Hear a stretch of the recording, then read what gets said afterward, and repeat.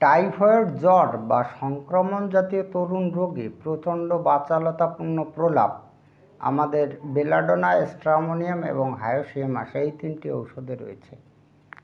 এই টাইফয়েড জ্বরের সিজন কিন্তু অলরেডি চলে এসেছে। হোমিওপ্যাথি যেহেতু লক্ষণভিত্তিক চিকিৎসা, তাই এই তিনটি গুরুত্বপূর্ণ মেডিসিনের তুলনামূলক পার্থক্য করার প্রয়োজন।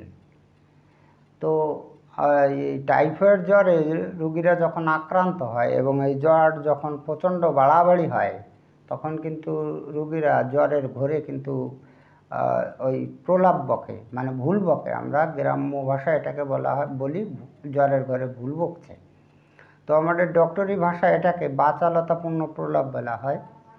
তো এরকম যখন রোগ টাইফয়েড জ্বরটা বাড়াবাড়ি হয়, এই রোগের আমাদের তিনটি রেমেডিস আছে, একেবারে সুন্দর ফার্স্ট গ্রেড রেমেডিস আছে। সেটা হচ্ছে বেলাডোনা, স্ট্রামোনিয়াম এবং হায়োসিয়ামাস নাইজার। এবার আমাদের তো ঔষধ অব্যর্থ ফল দেবে রোগীর লক্ষণ ভিত্তিতে। তো যেহেতু লক্ষণ ভিত্তিতে এই চিকিৎসাটা হয়, তাই এই তিনটি গুরুত্বপূর্ণ রেমেডিসের কিন্তু পার্থক্য করার প্রয়োজন। আজকের ভিডিওতে এই তিনটি মেডিসিনের তুলনামূলক পার্থক্যগুলো আপনাদের সামনে এমনভাবে এক্সপ্লেন করে শোনাবো যাতে সঠিক ঔষধ নির্বাচনের মাধ্যমে রোগীকে আরোগ্য করা যায়। ভিডিওটি ভালো লাগলে লাইক, কমেন্ট, শেয়ার করবেন এবং আপনি যদি এই চ্যানেলে নতুন এসে থাকেন তাহলে চ্যানেলটিকে সাবস্ক্রাইব করে রাখবেন পরবর্তীতে নতুন ভিডিওর নোটিফিকেশন সবার আগে পাওয়ার জন্য। এবার এই তিনটি রেমেডিসের প্রত্যেকটি ছটি করে পার্থক্য আমি আপনাদের সামনে খুব সহজ সরল ভাষায় ব্যাখ্যা করে শোনাবো। আমি আপনাদের রিকোয়েস্ট করব, আপনারা ভিডিওটি না টেনে যদি এই পার্থক্যগুলো একটু মনোযোগ দিয়ে শোনেন এবং প্রয়োজন বোধে আপনার খাতায় বা ডায়েরিতে লিখে নেন পার্থক্যগুলো, তাহলে কিন্তু আপনি টাইফয়েড রোগীকে কিন্তু একেবারে সঠিকভাবে ঔষধ নির্বাচন করে আরোগ্য করতে পারবেন। এবং এইখানে বিশেষ কথাটা হচ্ছে যে এই ঔষধের পার্থক্যগুলো খুব সূক্ষ্ম, এটাকে খুব মনোযোগ দিয়ে শুনতে হবে, নাহলে কিন্তু বুঝতে পারবেন না। যাই হোক, আমি পার্থক্যগুলোতে আসি। প্রথমে আসি বেলাডোনার ক্ষেত্রে। নাম্বার ওয়ানে রয়েছে বেলাডোনার যে প্রলাপ, সেই প্রলাপে কিন্তু প্রচণ্ডতা বেশি, মানে খুব বেশি প্রচণ্ডভাবে প্রলাপ বকে। এবার নাম্বার ওয়ানে আসি স্ট্রামোনিয়ামের ক্ষেত্রে, এরও কিন্তু প্রলাপে কিন্তু প্রচণ্ডতা কিন্তু খুব বেশি। তাহলে আমরা জানলাম যে এই দুটি ঔষধের প্রলাপের প্রচণ্ডতা কিন্তু বেশি। এবার হায়োসিয়ামাস নাইজারের ক্ষেত্রে আসি। নাম্বার ওয়ানে হায়োসিয়ামাস নাইজারের রোগীদের প্রলাপের প্রচণ্ডতা কিন্তু কম। তাহলে তিনটে ঔষধের মোটামুটি একটা ধারণা হলো। এবার নাম্বার টুতে আসি। বেলাডোনার ক্ষেত্রে সঙ্গী ও আলো কিন্তু পছন্দ করে না। এই যখন টাইফয়েড জ্বরে এরকম প্রলাপে শুরু হয়, তখন কিন্তু বেলাডোনার রোগীরা সঙ্গী মানে কাছে কেউ থাকুক এটা কিন্তু পছন্দ করে না, এবং আলোও পছন্দ করে না। যদি ঘরে আলো জ্বালানো থাকে তাহলে সেটাকে নিভিয়ে দিতে বলে।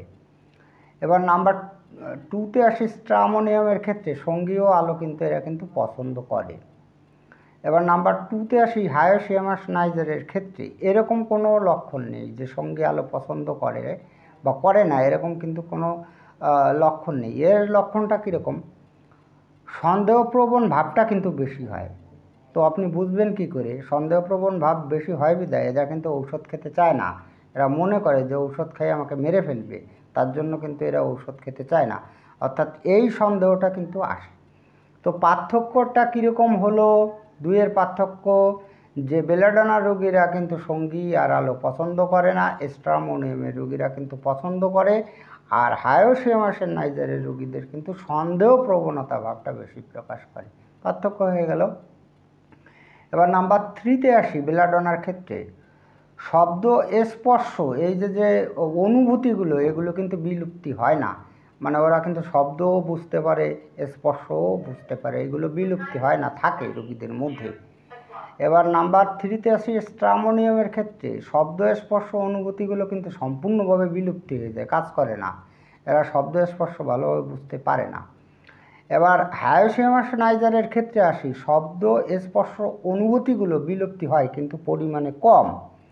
তো আমরা যেটা জেনে নিলাম যে বেলাডোনার ক্ষেত্রে শব্দ, স্পর্শ, অনুভূতিগুলো বিলুপ্তি হয় না, হায়োসিয়ামাস নাইজারের ক্ষেত্রে সম্পূর্ণভাবে বিলুপ্তি হয়ে যায়, আর স্ট্রামোনিয়ামের ক্ষেত্রে সম্পূর্ণ বিলুপ্তি হয়, আর হায়োসিয়ামাসের নাইজারের ক্ষেত্রে বিলুপ্তি হয় কিন্তু তার পরিমাণটা কিন্তু কম। এই হচ্ছে পার্থক্য। এবার নাম্বার 4-এ আসি বেলাডোনার ক্ষেত্রে। বেলাডোনা রোগীদের মেজাজ কিন্তু গম্ভীর। এবার নাম্বার 4-এ আসি স্ট্রামোনিয়ামের ক্ষেত্রে মেজাজ ভীতি বা ফুর্তিপূর্ণ। স্ট্রামোনিয়ামের রোগীদের ওই সময় মেজাজটা হয় ভয়ে প্রকাশ করে, না হলে ফুর্তি প্রকাশ করে। তো অনেক সময় দেখা যায় যে এদের মনে এত ফুর্তি ভাব আসে, জ্বর হলেও এদের তো শব্দস্পর্শ অনুভূতিগুলো সমস্ত বিলুপ্তি হয় না। তো তার জন্য কি হয়, তার জন্য ওই ডক্টর বাবুর কাছে তুড়ি মারে, এরকম তুড়ি মারে শোনায়, মানে এত মনে ফুর্তি আসে এই জ্বরের এই সময়টায়। এবার নাম্বার 4-এ আসি, মেজাজ কিন্তু ঘুমন্ত ভাব থাকে। তো আমরা জানলাম যে 3টির পার্থক্য জানলাম, যে বেলাডোনা রোগীদের মেজাজ থাকে গম্ভীর, আর স্ট্রামোনিয়ামের রোগীদের থাকে হচ্ছে ভীতিপূর্ণ বা ফুর্তিপূর্ণ, আর হায়োসিয়ামাসের নাইজারের ক্ষেত্রে ঘুমন্ত ভাব, মানে নিদ্রাচ্ছন্ন, নিদ্রাত যেন ঘুমিয়ে ঘুমিয়ে প্রলাপ বকছে এরকম ভাবটা থাকে। নাম্বার 5-এ আসি বেলাডোনার ক্ষেত্রে অজ্ঞান হওয়ার ভাবটা কিন্তু কম। এই যে বেলাডোনা রোগীরা অজ্ঞান হওয়ার ভাব কম থাকে।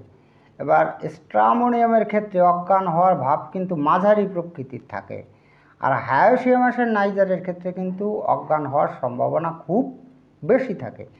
তো আমরা জানলাম যে অজ্ঞান হওয়ার সম্ভাবনা প্রত্যেকটা রেমিডিসে থাকে, সব থেকে বেশি থাকে হচ্ছে হায়োসিয়ামাসের নাইজারে, আর স্ট্রামোনিয়ামের মাঝারি প্রকৃতির থাকে, আর বেলাডোনার কিন্তু কম থাকে। তো হায়োসিয়ামাসের নাইজারের রুগীদের টাইফয়েড জ্বর হলে প্রায় অজ্ঞান হয়ে যায়, এটা পাওয়া যায়। এবার নাম্বার 6-এ আসি বেলাডোনার ক্ষেত্রে জ্বরের গতি কিন্তু তীব্র, মানে এই বেলাডোনা রুগীদের যখন জ্বর আসে তখন গায়ে হাত পায়ে হাত দেওয়া যায় না, এত গরম হয়, তীব্র আসে। এবার স্ট্রামোনিয়ামের ক্ষেত্রে একটা বিশেষ লক্ষণে আসি, উলঙ্গ হওয়া, বিছানা খোঁটার ভাব কিন্তু থাকে, কিন্তু তার পরিমাণে কিন্তু কম। এবার নাম্বার 6-এ আছে হায়োসিয়ামাস নাইজারের ক্ষেত্রে উলঙ্গ হওয়া, বিছানা খোঁটার ভাব কিন্তু বেশি। তো যেটা জানলাম বিশেষ লক্ষণে, বেলাডোনা রোগীদের জ্বরের গতিবেগ তীব্র, আর স্ট্রামোনিয়ামের রোগীদের উলঙ্গ হওয়া বা বিছানা খোঁটার এই হ্যাবিটটা কম থাকে, আর হায়োসিয়ামাসের নাইজারের এই লক্ষণটি অর্থাৎ উলঙ্গ হওয়ার এবং বিছানা খোঁটার ভাবটা কিন্তু বেশি থাকে। তো যাই হোক, আমি চেষ্টা করলাম আপনাদের সুন্দর করে এক্সপ্লেন করার জন্য।